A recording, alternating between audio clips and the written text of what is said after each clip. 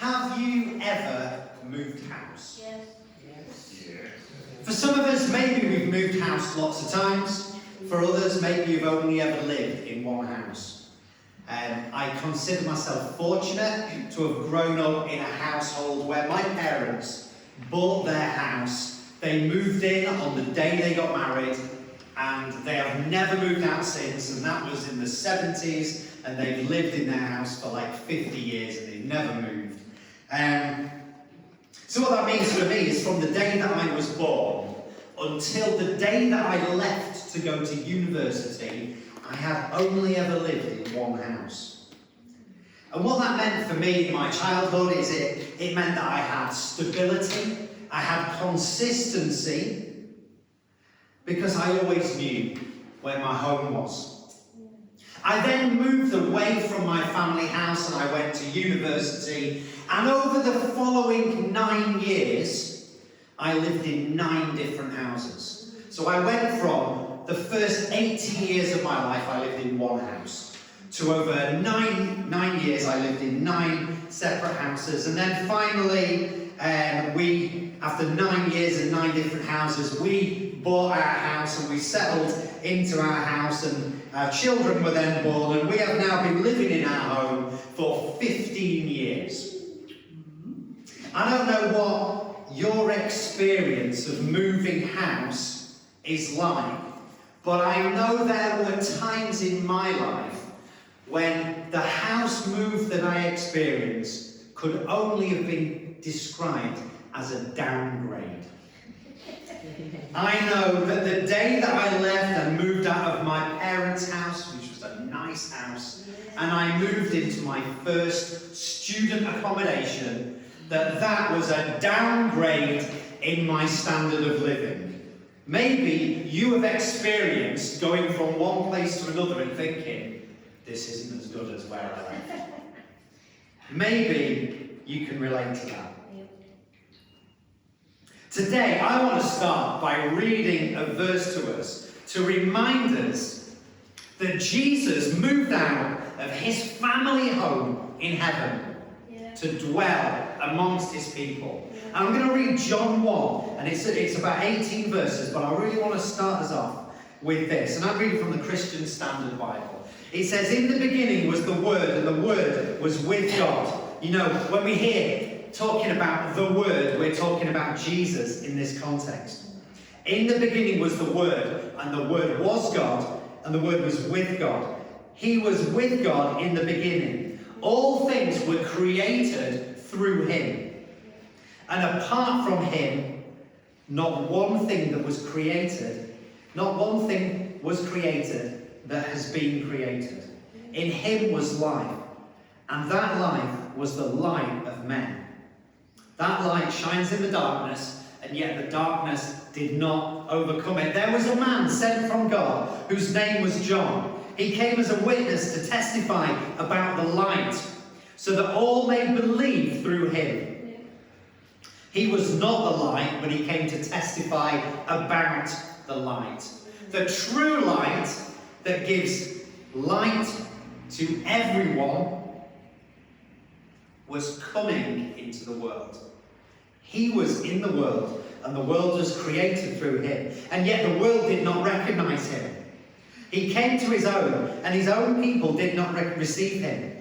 But to all who did receive him, he gave them the right to be children of God, to those who believe in his name, who were born not of natural descent, or of the will of the flesh, or the will of the man, but of God. The Word became flesh and dwelt amongst us. We observed his glory, the glory as the one and only Son from the Father, full of grace and truth. John testified concerning him and exclaimed, "This was the one of whom I said, the one is coming after me. He ranks ahead of me because he existed before me." Indeed, we have all received grace upon grace from his fullness. For the law was given through Moses. Grace and truth came through Jesus Christ. No one has ever seen God, the one and only Son, who is himself God and is at the Father's side. He has revealed him. Jesus has revealed God to us when Jesus moved into the world. In fact, the Message Bible puts one of those verses, John 1:14, it words it like this.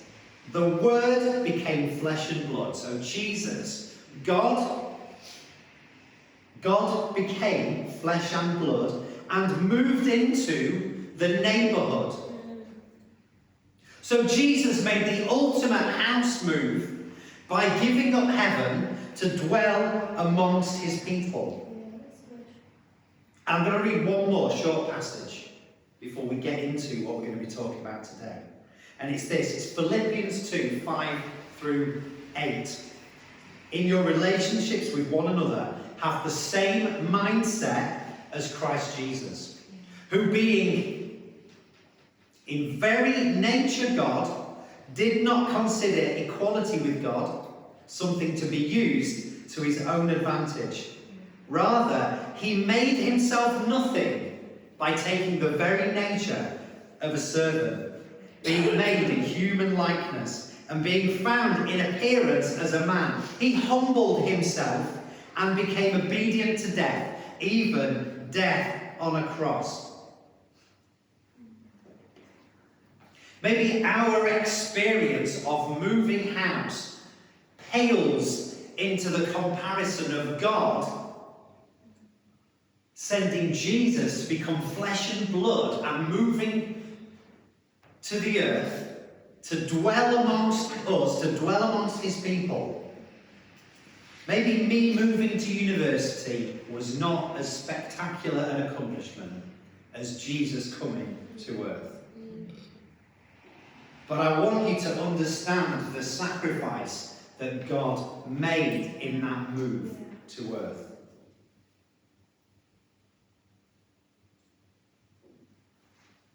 And the reason I wanted to start off by sharing this with us is because we are carrying on our series of love. We've talked about how do we love God. We've talked about how we love ourselves. We've talked about how we love our neighbour. And today I want to talk about how we love our community. And I want to suggest to you this afternoon that however you found yourself living in the community that you are in, it is important that you both engage with and influence your local community. This is your neighbourhood. When Jesus came to dwell amongst man, when he moved in, as the message puts it, he moved into our neighbourhood. He moved there because he had a purpose. He had a job that he needed to do.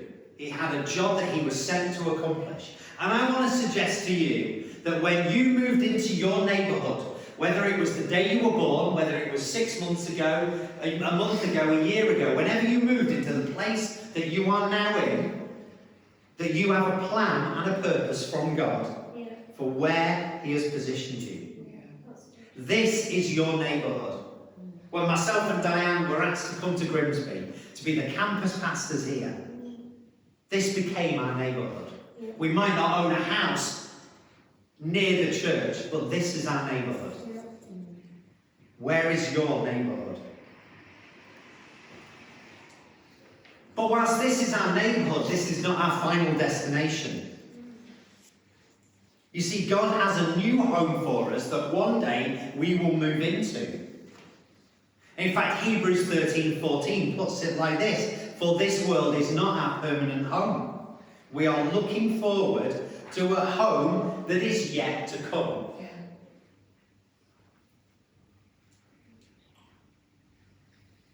And in the middle of that balance in our lives of this is where we are now, and this is the future that God has in store for us, there's a danger that we get so focused on where God is taking us to ultimately that we lose track of where God has placed us now and the calling that he has put on our lives. And I want to suggest that we are sent into our community, into the neighbourhood that God has placed us, and we are sent there with a purpose. So what I want to share with you is 3 things today that I think helps us to understand why we are in the place that we're in. And then we're going to do things a little bit differently, because once I've talked about those, I've got some questions, and we're actually going to break up into some smaller groups, and we're going to think about the questions around this topic. So the first thing that I want to share is this, that we are to make ourselves at home in our community. God has placed you in your community, in your neighbourhood. Take your coat off, unpack your bags, settle in, get yourself comfortable. When I used to be a teacher, if a student sat in my class with their coat on and they didn't take it off when they got their pens out and whatever, I used to say, are you planning on staying here? Because if you are, you need to take your coat off, you need to look like you want to be here, and you need to engage in what's going on in my class. I'm sure you would have loved me teaching you.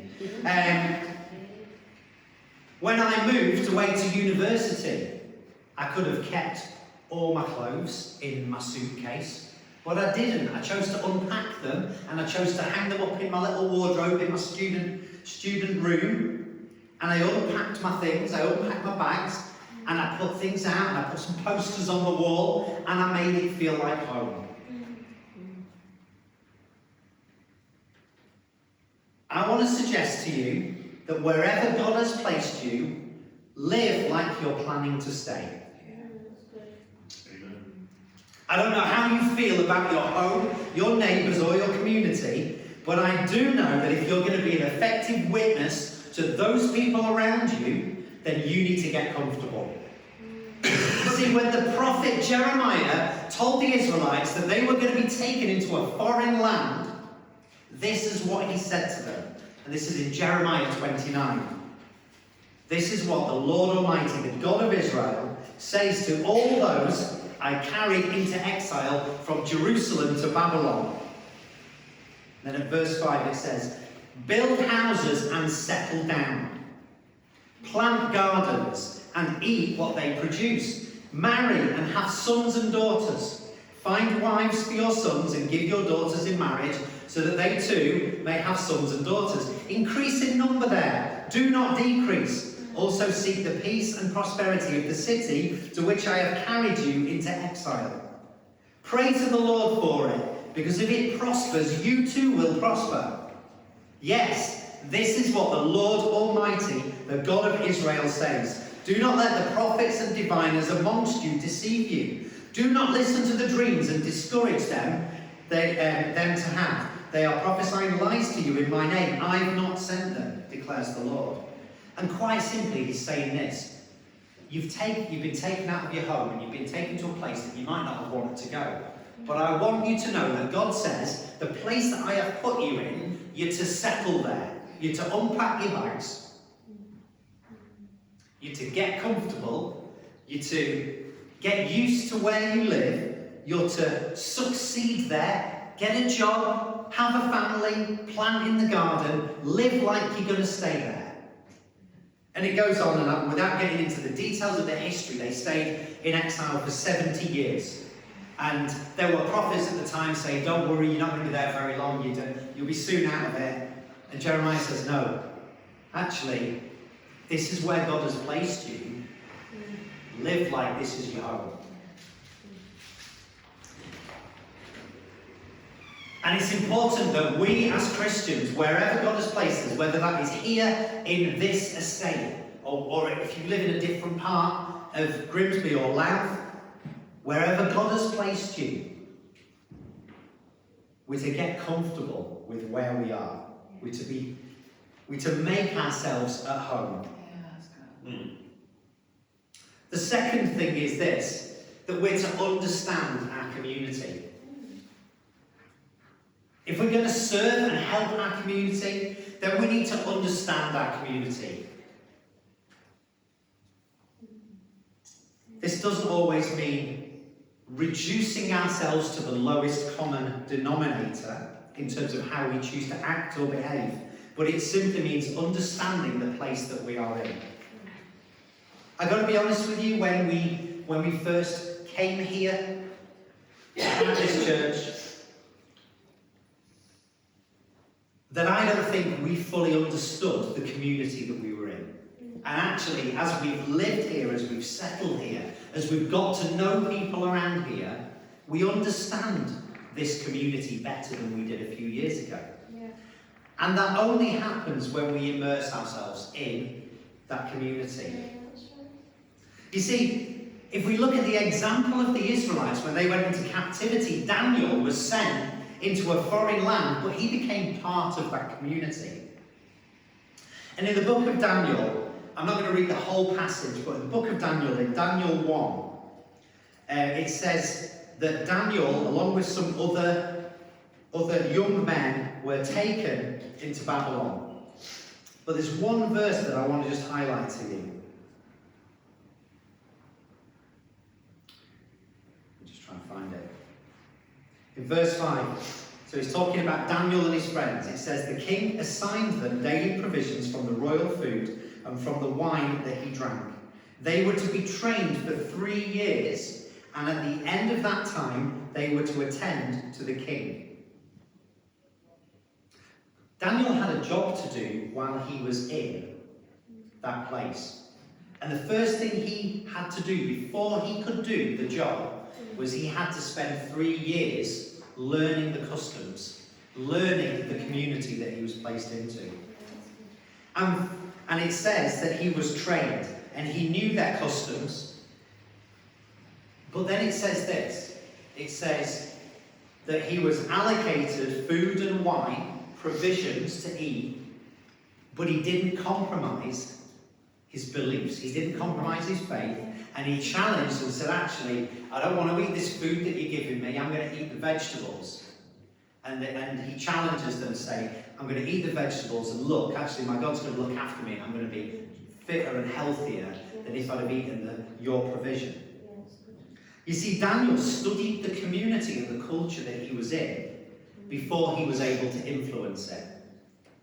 And as an individual in your community, in your neighbourhood, it's important that you understand the context that you're in. And as a church, it's important that we understand the context of the community that we are placed. But in the middle of that, if we're to live by the example of Daniel, it's also important that although we live in this community and we live in this context, that actually our role is to influence and not be influenced. Yeah, that's good. And there's a danger that as we put ourselves into different circumstances, that you can be drawn into the culture, whether that is a culture of drinking too much or whatever it might be. It's easy to be influenced by those around us.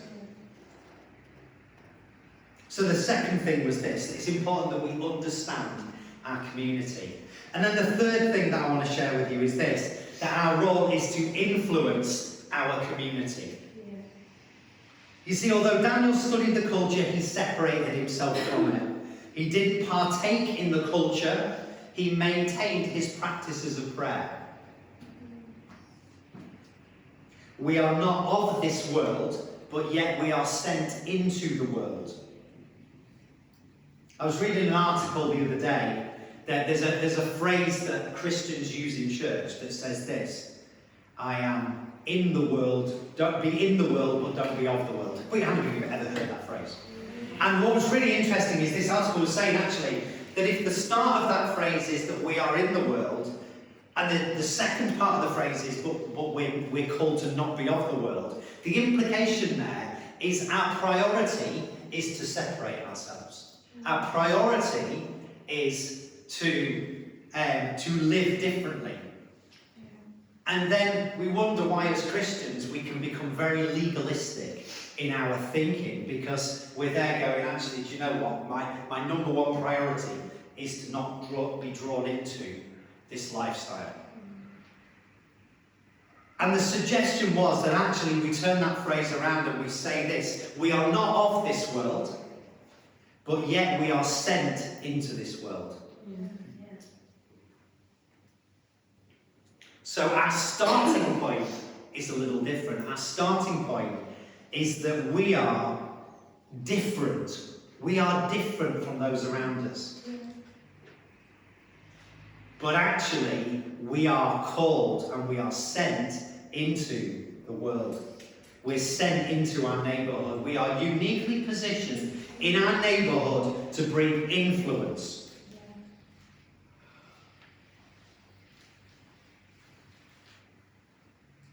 It says in John 17, the world hated them because they're not of the world, just as I'm not of the world.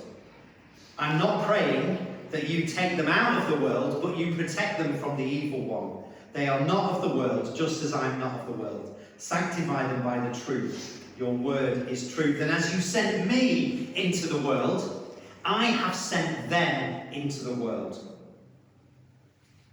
I sanctify myself for them, so that they may be sanctified by the truth.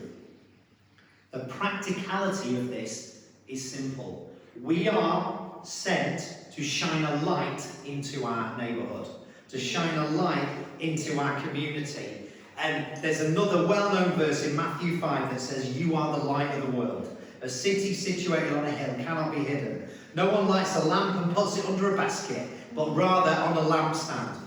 And it gives light to all who are in the house. In the same way, let your light shine before others, so that they may see your good works and give glory to your Father in heaven.